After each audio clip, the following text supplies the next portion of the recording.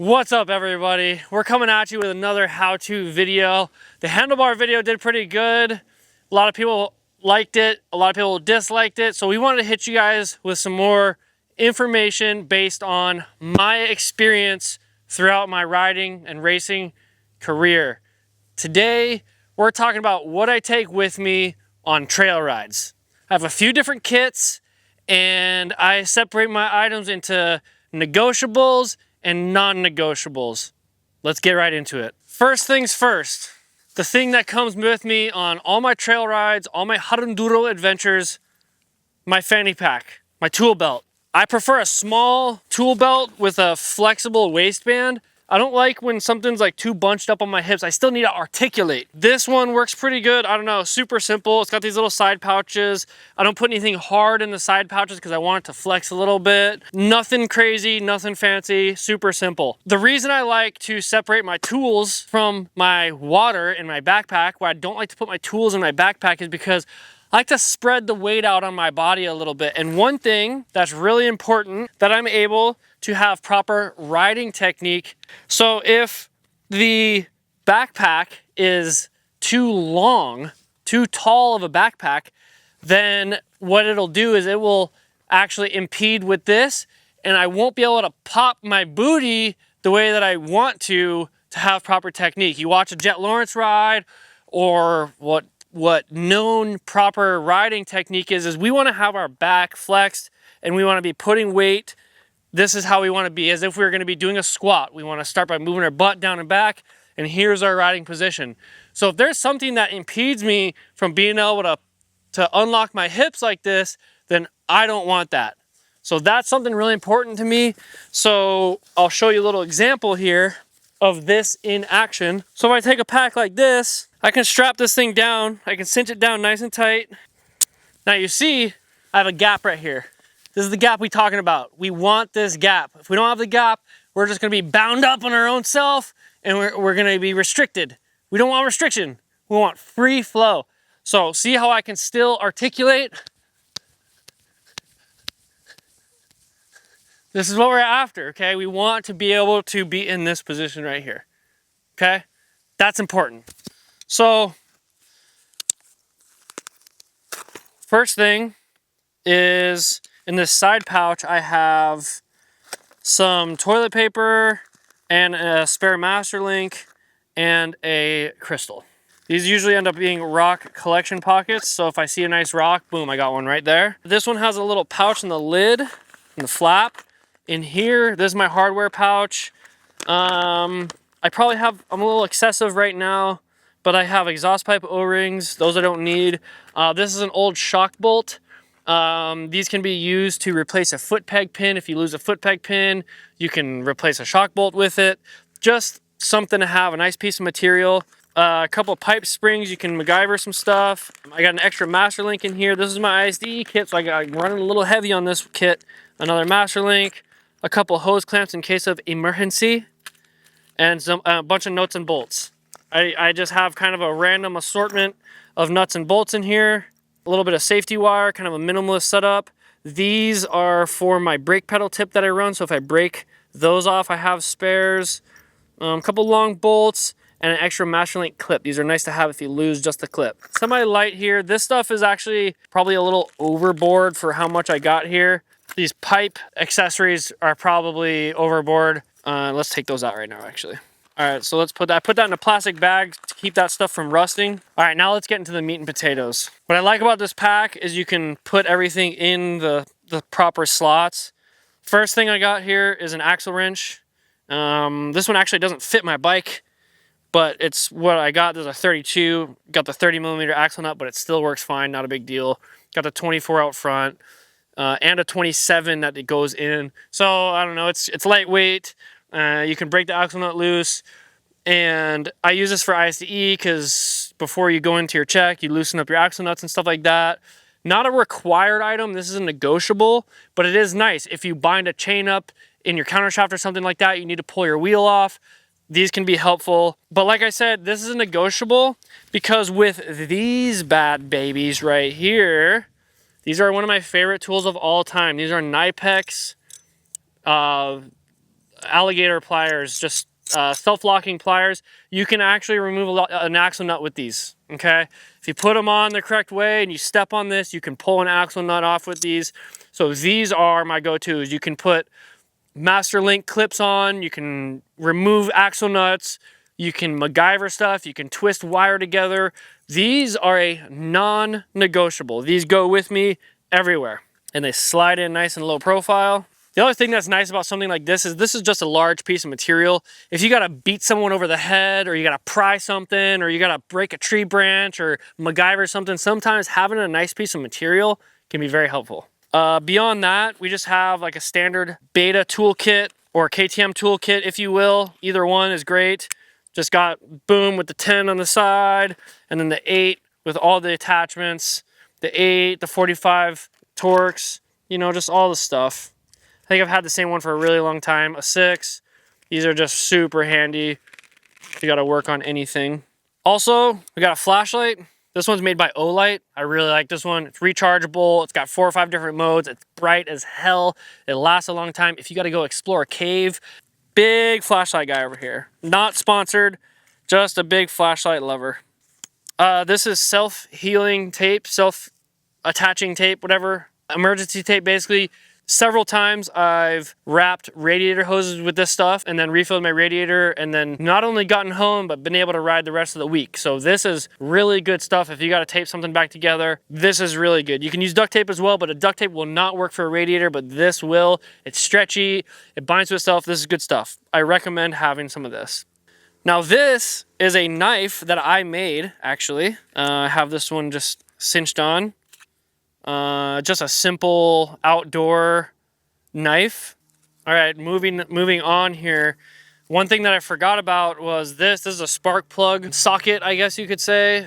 So in case I need to change one of my spark plugs, if I drown out my bike or something like that. Out west, not really a big deal, but if I'm gonna be in Hawaii or on the East Coast, a lot more water out there, chances of drowning the bike are much higher.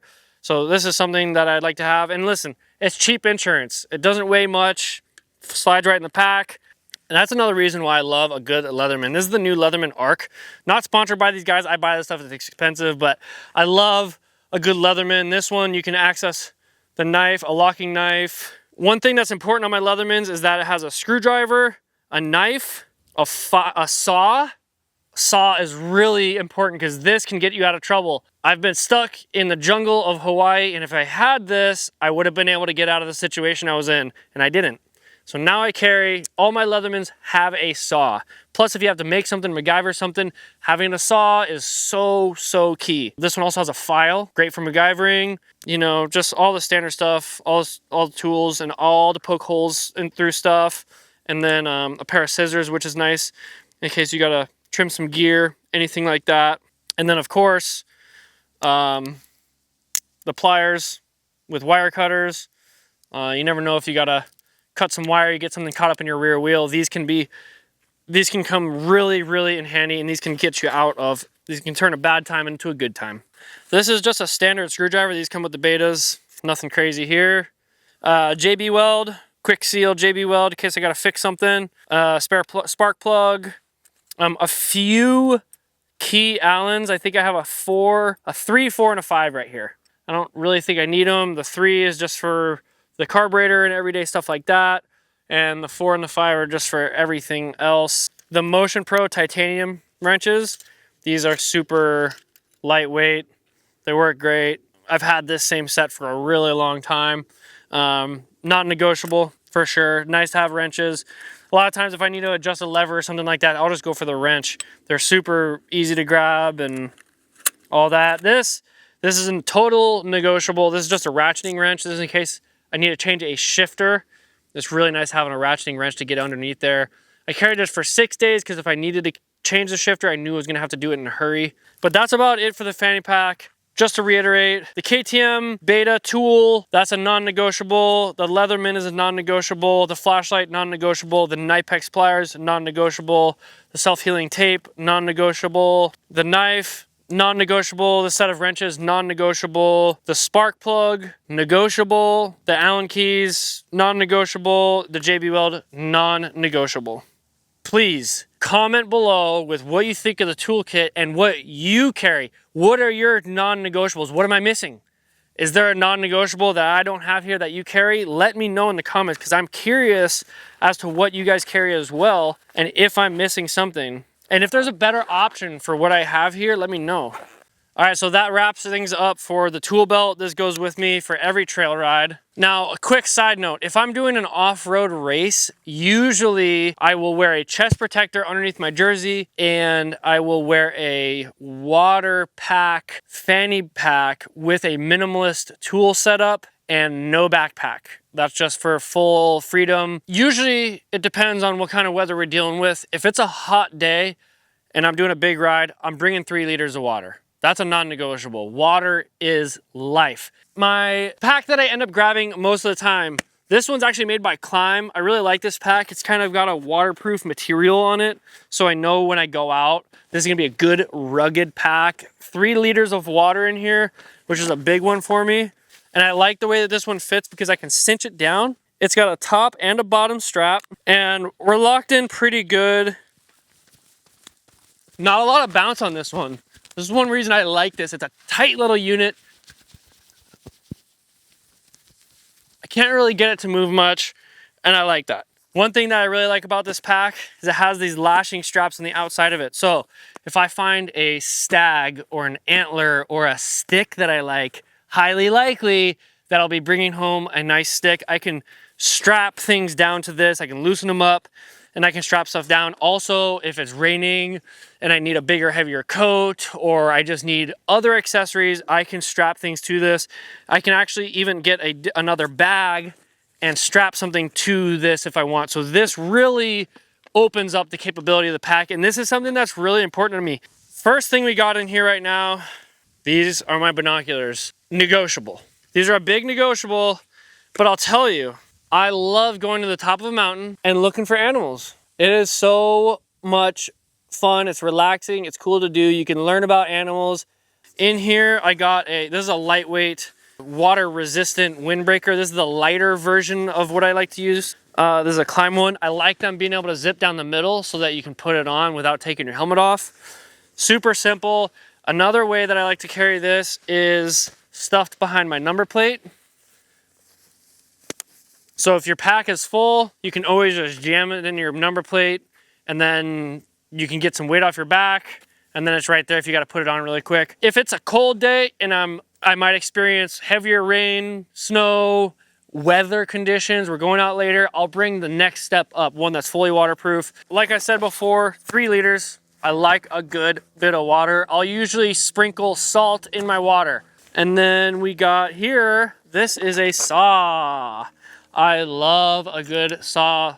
This is a Pocket Boy made by Silky, no affiliation, but this thing's been with me to a lot of different places, and this thing can not only get you out of trouble, but it can make a good time a better time. If there's a stick that you just gotta have, boom, pull out the Silky. If there's a stick in the middle of the trail, this thing absolutely eats through wood.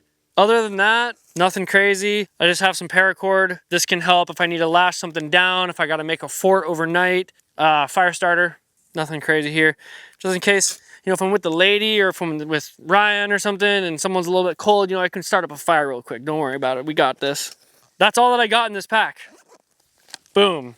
This is like my little go pack, my little adventure pack. If I'm gonna go for a little bit quicker ride, from the house, probably sub 3 hours, I like to go with this 2 liter pack. This pack comfortably carries 2 liters of water, so it's super simple. I'll bring the saw with me. The saw is a non-negotiable. The water is a non-negotiable, so the saw always comes with me. Fill up the water, gotta have water. I usually carry at least 1 or 2 apples with me, some beef sticks, some beef jerky. Those are my preferred snack options, but snacks are a key part of this. So there's plenty of room in that pack for snacks, and this one, obviously, plenty of room as well. And then I also have a little Mora knife. This is just like a little super simple survival knife. It's got a little built-in fire starter. So once again, if Ryan gets cold or something, I can light a fire. And this thing is super lightweight. It weighs nothing. And this is actually really durable. So you can clip it on stuff. Like This is one of those things that's cheap and it's super simple and it's one of my favorite things of all time. We got a little bit more room here. This is good for like a gel. I got an element pack in here in case somebody's bonking. But this is usually like options, right? So if I want to carry something else like a different Leatherman or a tool or my phone, this is just a nice little extra pouch to have. Now, one thing to remember for my average trail ride or hard enduro ride, I'm actually not wearing a chest protector. There's a trade-off here. Chest protector, more safety, less chances of getting gorged, broken ribs, stuff like that. It definitely can help with that. However, with hard enduro, the chances of me overheating outweigh the chances of me getting gorged or something like that. So I actually opt not to wear a chest protector for most of my regular average trail riding endeavors. That's about it. These are my favorite packs. This is what I run. This is what I run. Smaller pack for smaller adventures, bigger pack for bigger adventures, tool belt all the time. I can't tell you how many times I've used what's in that tool belt to get me out of trouble or to make my life better. Tell me what your guys' setup looks like. What are your non-negotiables? What's in your tool belt? What do you put in your water? What packs are you running? If you have any questions, let me know in the comments below. I'd love to hear what you guys have to say. This is what I run. This is my opinion. You don't have to do what I do. I would love to hear what you guys have to say. What do you think of this video? Let's go riding.